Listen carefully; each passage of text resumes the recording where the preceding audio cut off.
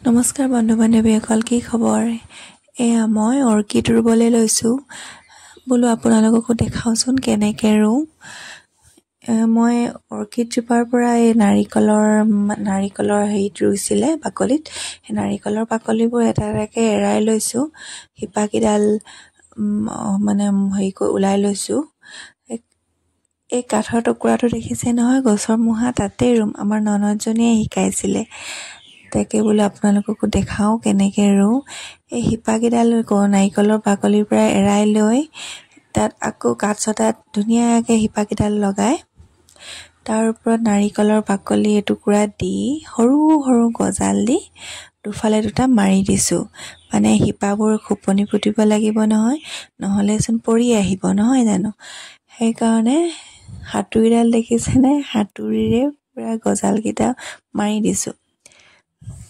তেনেকৈ লগাই থৈছোঁ। ডাঙৰ হ'লে মানে আৰু তেতিয়া গজাল আৰু সেই নাৰিকলৰ বাকলিকেইটা এৰাই দিবলৈ পাৰিব, কাৰণ শিপাখিনি ডাঙৰ হ'ব। ডাঙৰ হৈ এই কাঠৰ মূঢ়াটোত খামুচ মাৰি ধৰি ল'ব। তেনেকৈ ৰুইছোঁ আৰু মোৰ ননদজনীয়ে শিকাই দিছিলে। ধুনীয়াকৈ গজালবোৰ মাৰি দিছোঁ। এইকেইডালত ৰুইছোঁ। এয়া কেনেকুৱা লাগিছে বাৰু? ফুল ফুলিলে বৰ ধুনীয়া দেখিব, নহয়নে?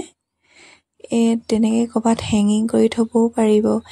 এইবোৰ টেবুলতো থ'ব পাৰিব গছৰ মূঢ়াত দি। আমি ভিডিঅ' এটাত দেখিছিলোঁ। আৰু এই নাৰ্জীখিনি দেখিছেনে, ইমান ধুনীয়াকৈ ফুলিছে। আৰু এয়া ৰুই আছোঁ। গজাল মাৰিছোঁ, কাঠ চটা বৰ টান, যেনে তেনে ৰখিলগৈ আৰু। আপোনালোকে বাৰু এনেকৈ অৰ্কিড কেনেকৈ ৰুই জনাবচোন।